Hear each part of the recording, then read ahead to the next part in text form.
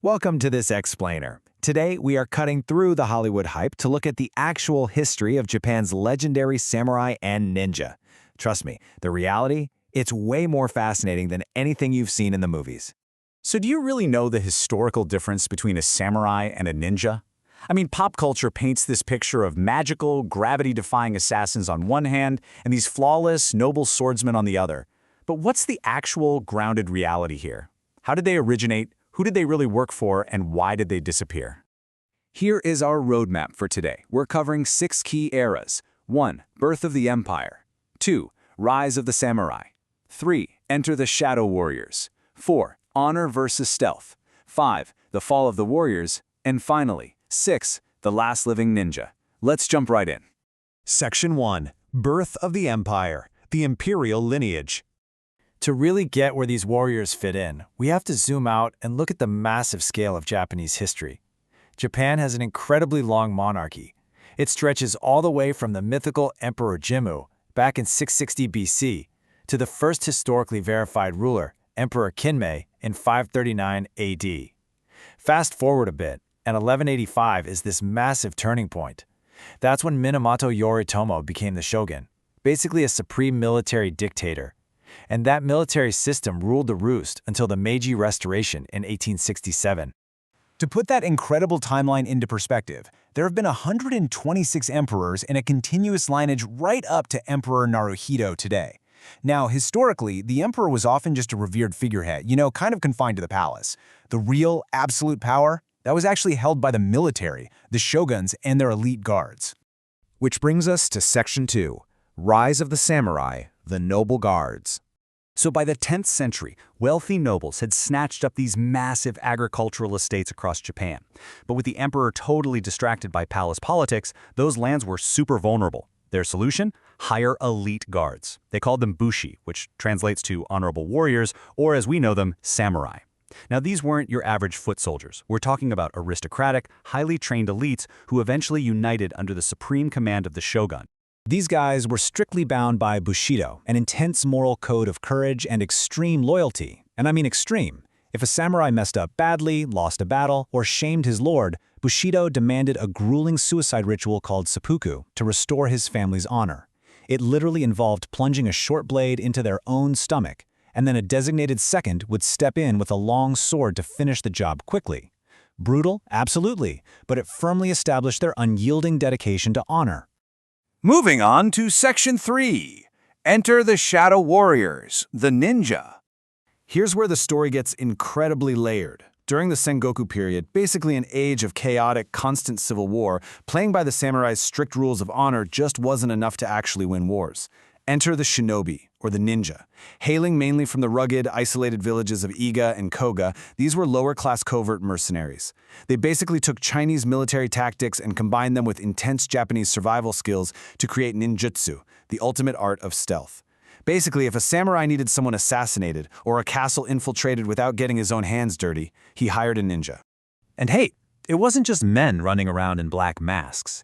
There is this legendary historical figure, Mochizuki Chiyome, who actually trained an elite squad of over 300 women. She recruited orphans and refugees and turned them into highly lethal spies and messengers. Disguised perfectly as traveling dancers, they'd slip right behind enemy lines and gather crucial intel under the noses of rival warlords. Brilliant, right? Section 4. Honor versus Stealth, a study in contrasts. When you stack these two forces side by side, the contrast is like night and day. The samurai were wealthy, aristocratic elites fighting in complex full kimonos. They demanded face-to-face combat to prove their honor and loyalty, often fighting without even expecting financial payment. On the flip side, the ninja were pragmatic mercenaries. They wore tight, dark clothes to blend right into the shadows. They used stealth, set traps, committed sabotage, and, crucially, they did it all for cold, hard cash. You can actually see this complete clash in philosophies just by looking at their weapons. The samurai proudly carried the katana, that long, beautifully curved sword made for sweeping, open-field combat. But the ninja? They used the ninjato. It was a much shorter, straight blade, perfect for tight spaces, covert assassinations, and quick getaways. Because drawing a massive long sword in a tiny hallway is a great way to get yourself killed. Since ninjas threw the rulebook out the window, their arsenal was wildly creative and terrifyingly effective. Beyond short swords, they mastered shuriken, those multi-bladed throwing stars. They shot poison darts out of 50-centimeter blowguns called fukia. They even used small daggers called kunai, which doubled as climbing tools for scaling castle walls. Oh, and when the Portuguese brought gunpowder over in the 16th century, the ninjas immediately adapted it into blinding smoke bombs and bamboo explosives to totally disorient their heavily armored samurai rivals. Section 5. The Fall of the Warriors. Modernity Strikes. But here's the catch. Neither the strict honor of the samurai nor the brilliant stealth of the ninja could stop the unstoppable march of modern history. In 1867, the Meiji Restoration happened. Emperor Meiji took absolute power back from the shogun military dictators. He looked around at the rapidly modernizing world and realized an elite club of swordsmen wasn't going to protect Japan from mechanized Western powers. So he built a modern imperial army equipped with firearms and formally abolished the samurai class, completely stripping them of their vast lands and elite status. The final nail in the coffin was the Hattori Edict, which literally made it illegal to carry a sword in public. For a samurai, the sword was basically their soul. Feeling completely stripped of their identity, the remaining traditionalists launched a fierce revolt. But let's be real, courage and katanas don't stand a chance against Gatling guns and cannons. They were decimated by the superior firepower of the modern imperial army, and their era ended forever. Section 6. The Last Living Ninja, a Fading Secret. So the samurai fell to modernization. But what about the ninja? Well, they'd actually been heavily purged centuries earlier when the warlord Tokugawa Ieyasu stabilized Japan. No more secret wars meant no more need for spies, leaving mostly myths behind.